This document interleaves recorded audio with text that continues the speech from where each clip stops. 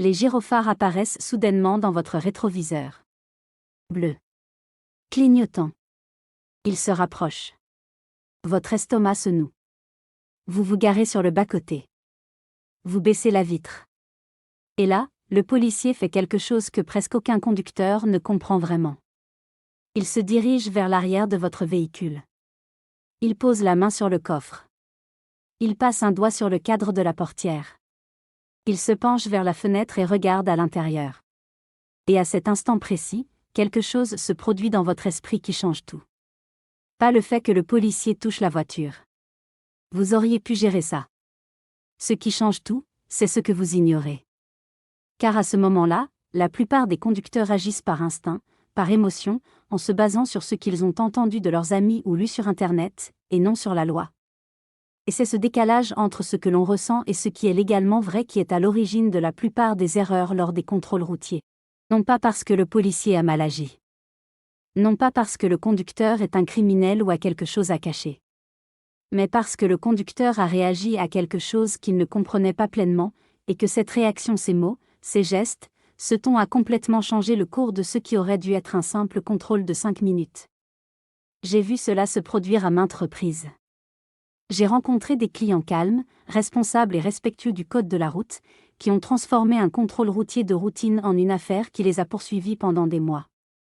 Et dans presque tous les cas, le point de bascule n'était pas l'instant où le policier s'est approché du véhicule, mais celui où le conducteur a réagi au contact du policier avec la voiture. Cette vidéo va changer votre perception de ce moment. Non pas avec des théories juridiques complexes, ni avec des droits abstraits qui paraissent impressionnants mais qui ne servent à rien sur le bord de la route. Avec des informations claires, précises et concrètes sur ce qui se passe réellement lorsqu'un policier touche votre véhicule, sur ce que dit la loi à ce sujet, et sur ce que vous devez faire et dire exactement pour vous protéger pleinement, légalement et sans aggraver la situation. Soyez attentifs, car chacune des situations abordées dans cette vidéo pourrait vous concerner, n'importe où et n'importe quand. Commençons par la réaction. Car c'est à ce stade que presque tout dérape, et ce, avant même qu'un seul mot ne soit prononcé. Dès qu'un agent pose la main sur votre véhicule lors d'un contrôle routier, deux choses se produisent simultanément chez la plupart des conducteurs. Premièrement, la réaction de stress s'active. Le rythme cardiaque s'accélère. La respiration se modifie. L'esprit passe en revue les décisions récentes. Étais-je en excès de vitesse? Ai-je grillé un feu orange? Mon assurance est-elle à jour? Ai-je oublié quelque chose dans la voiture? Ce processus est automatique et rapide. Deuxièmement, un scénario se forme. Et ce scénario est presque toujours basé sur des éléments erronés. Il est alimenté par les séries télévisées où les policiers fabriquent des preuves, par des vidéos sur les réseaux sociaux montrant des confrontations routières qui ont mal tourné, par des bribes de conversations sur les droits qui, de toute façon, n'ont jamais été tout à fait exactes, et par l'idée, ancrée dans la culture, qu'un agent qui touche votre voiture sans votre permission est forcément suspect, voire illégal. La plupart des conducteurs arrivent à un contrôle routier avec l'une de ces deux conclusions, soit tout ce que fait l'agent est parfaitement légitime puisqu'il est agent et donc indiscutable, soit tout ce que l'agent fait qui les met mal à l'aise est forcément un abus qu'il faut contester immédiatement. Ces deux conclusions sont fausses. Et toutes deux, appliquées sur le moment, amènent les conducteurs à réagir de manière à compliquer l'arrêt, à prolonger l'interaction, à attirer davantage l'attention et parfois à transformer une situation tout à fait routinière en quelque chose de grave. La vérité sur ce qui se passe lorsqu'un agent touche votre voiture lors d'un contrôle routier est bien plus précise, bien mieux encadrée juridiquement et bien plus gérable que ne le laissent entendre ces conclusions. Une fois que vous l'aurez bien comprise, la charge émotionnelle liée à ce moment s'estompe en grande partie. Car la peur naît presque toujours de l'incertitude. Et cette vidéo a pour but de lever toute incertitude. Parlons de ce qui se passe réellement lorsque l'agent se dirige vers l'arrière de votre véhicule et pose la main sur le sabot. Il s'agit d'une des pratiques les plus courantes en matière de contrôle routier à travers le pays, et aussi l'une des plus souvent mal comprises. Lorsqu'un agent touche l'arrière de votre véhicule après que vous vous soyez arrêté, dans l'immense majorité des cas, il y a une raison précise et parfaitement légitime à cela, qui n'a rien à voir avec la fouille de votre voiture, la recherche de preuves ou le test de votre réaction. C'est une technique de sécurité et de documentation. En posant la main sur le coffre de votre véhicule, l'agent y laisse une empreinte digitale. Cela sert deux objectifs. Si le contrôle venait à dégénérer, cette empreinte constitue une confirmation médico-légale que l'agent a bien touché votre véhicule. Et si le conducteur prenait la fuite, l'empreinte prouve que l'agent se trouvait à proximité immédiate de la voiture. C'est une procédure intégrée à la formation des policiers de la route. Ce n'est ni une fouille, ni une provocation, ni un test de votre réaction. Et cela n'a aucune incidence juridique sur vos droits ou vos obligations. Comprendre ce simple fait suffit à dissiper l'anxiété liée à l'un des moments les plus fréquents lors d'un contrôle routier. Car dès l'instant où l'on comprend la véritable nature de ce contact, on cesse d'y réagir comme s'il s'agissait d'autre chose. Et cela change tout ce qui suit. Passons maintenant à la suite. Toucher l'extérieur de son véhicule et regarder par la vitre sont deux actions souvent mal interprétées par les conducteurs, et la loi les concernant est pourtant plus claire qu'on ne le croit. Lors d'un contrôle routier de routine, un agent est autorisé à s'approcher de votre véhicule, à observer l'extérieur, à toucher l'extérieur et à regarder par les vitres. Il n'y a pas de zone grise. Cette procédure ne varie pas sensiblement selon les circonstances. Il s'agit d'une étape légale et définie d'un contrôle routier de routine. Regarder par une vitre n'équivaut pas à entrer dans le véhicule. Poser la main sur le toit ou le cadre de la portière n'équivaut pas à ouvrir la portière. Se pencher vers la fenêtre pour vous parler ou regarder à l'intérieur de l'habitacle n'équivaut pas à effectuer une fouille de l'intérieur. La loi établit une distinction très claire entre ces observations et interactions extérieures, d'une part, et les fouilles intrusives de l'intérieur, d'autre part. Cette distinction est extrêmement importante. En effet, le seuil légal autorisant l'agent à franchir cette limite, ouvrir les compartiments, fouiller les sacs, inspecter l'intérieur de votre véhicule est bien plus élevé que le seuil du simple contact extérieur qui inquiète la plupart des conducteurs. Savoir précisément où se situe cette limite signifie que vous ne serez jamais confus quant à ce qui se passe lors d'un contrôle routier, ce qui est légal, ce qui ne l'est pas, et surtout, ce que vous devez et ne devez pas faire en réaction à chaque situation. Vos obligations lors d'un contrôle routier sont précises et limitées. Vous devez présenter votre permis de conduire, votre attestation d'assurance et la carte grise de votre véhicule. C'est là l'étendue légale de vos obligations lors d'un contrôle de routine. Vous n'êtes pas tenu d'expliquer votre trajet, ni de justifier votre soirée. Vous n'avez pas à décrire où vous étiez, avec qui, ni combien de temps vous y étiez. Vous n'avez pas à justifier votre présence sur cette route à ce moment précis. Ce sont des informations que les conducteurs fournissent spontanément, sans aucune obligation légale. Et ce sont presque toujours ces déclarations spontanées qui transforment un simple contrôle en une situation plus complexe. Il existe une distinction que la plupart des conducteurs ignorent, et pourtant, c'est l'un des enseignements les plus importants à tirer de cette vidéo, la différence entre coopération et consentement. Ces deux notions sont distinctes. Elles n'ont pas la même portée juridique et n'entraînent pas les mêmes conséquences.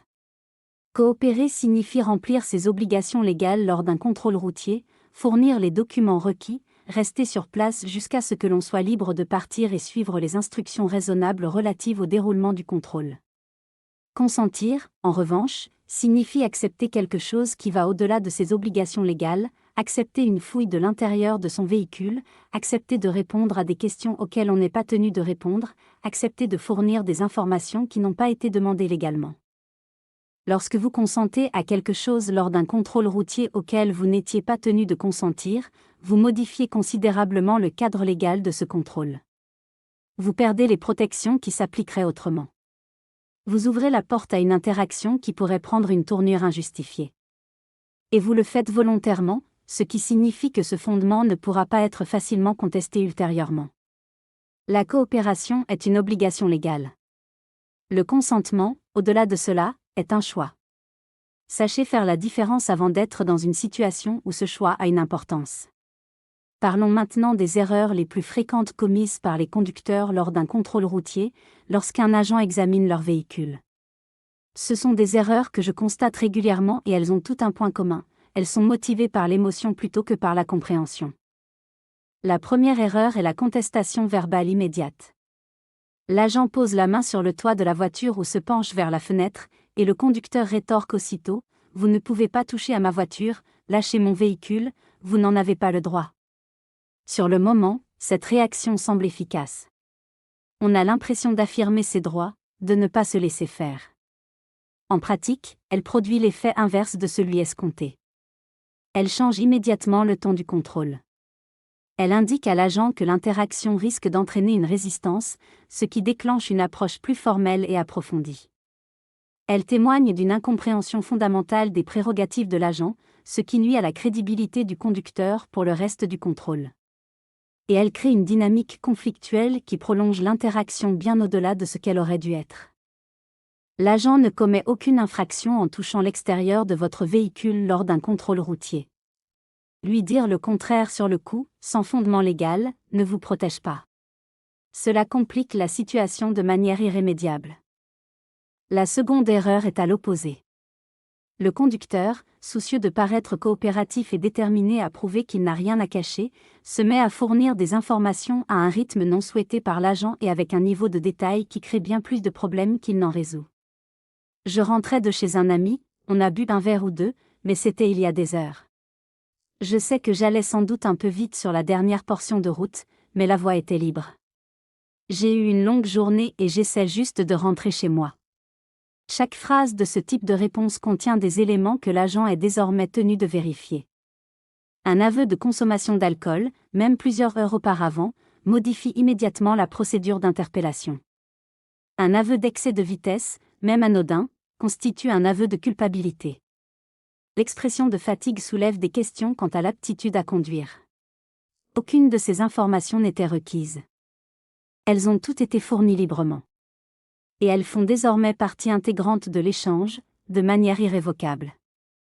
La troisième erreur est le piège du consentement.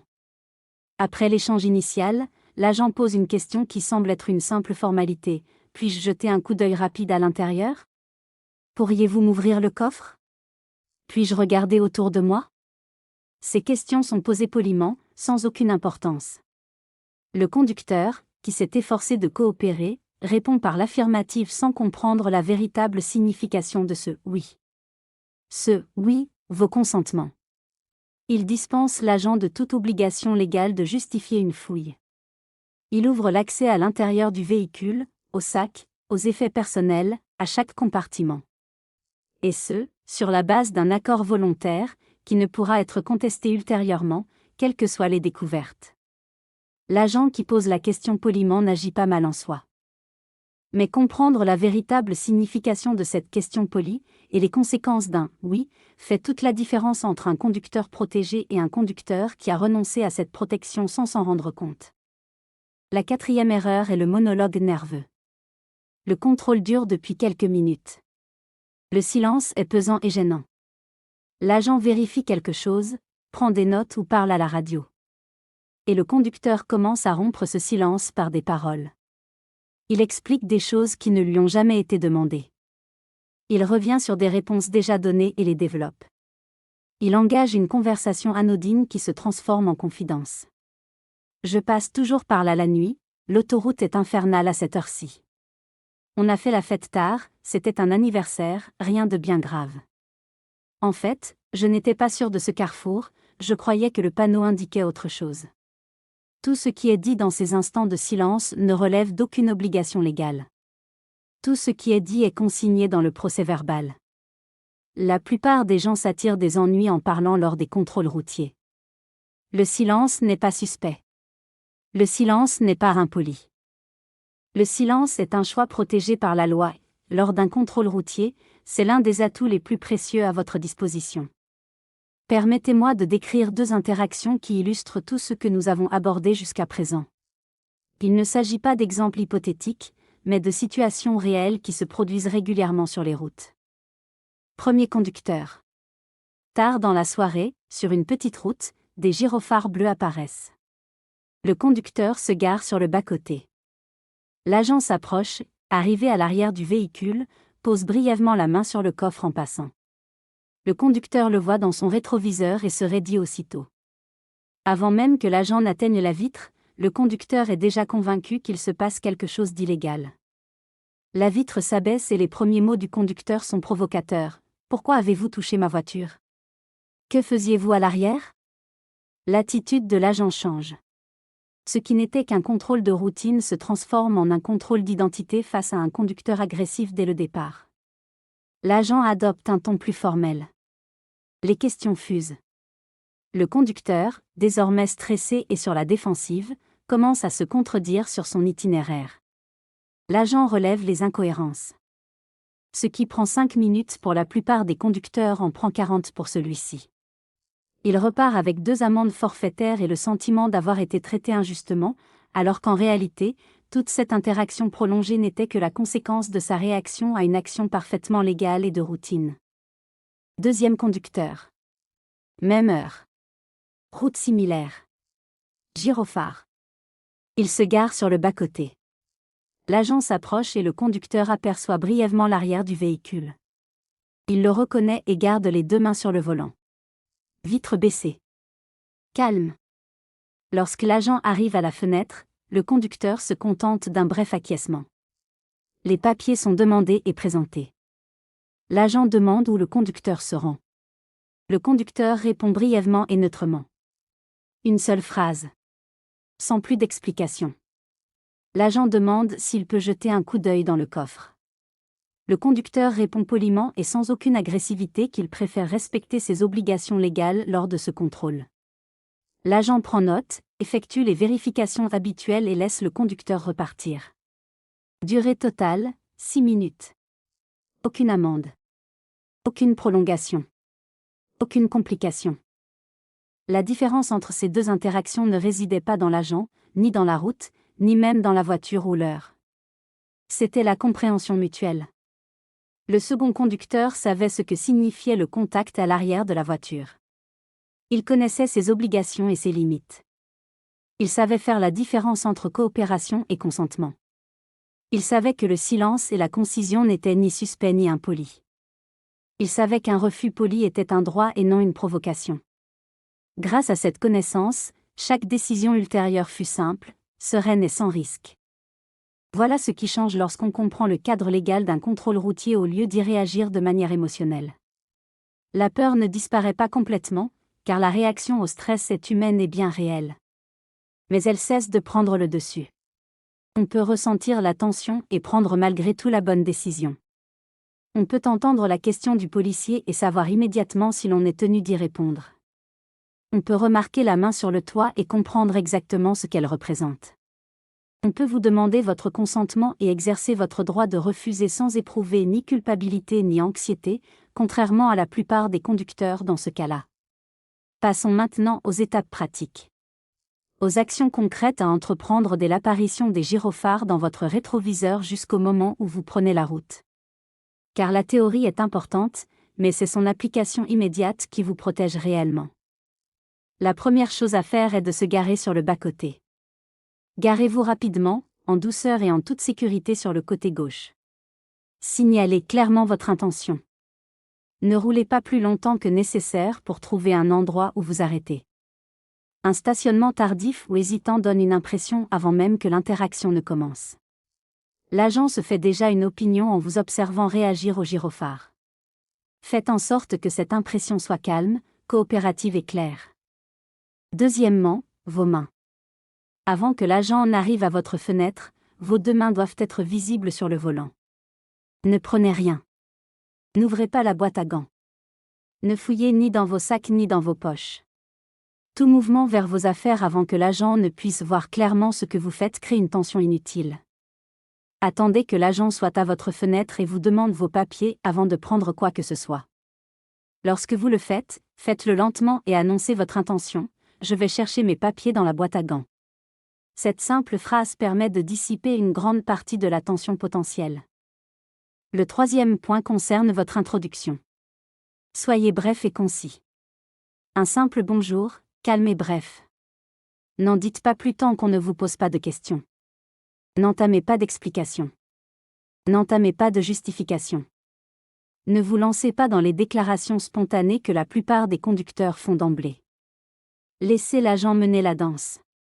Répondez à la question posée. Fournissez les informations requises. Arrêtez-vous là. Le quatrième point concerne votre réponse aux questions qui vont au-delà des documents.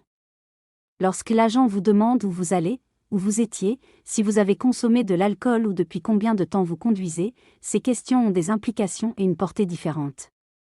Pour les questions relatives à votre trajet, une réponse brève et neutre suffit amplement.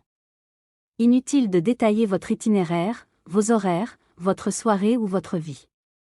En revanche, les questions sur la consommation d'alcool constituent un moment crucial lors d'un contrôle routier. L'aveu d'une consommation d'alcool, même minime et même ancienne, modifie la procédure.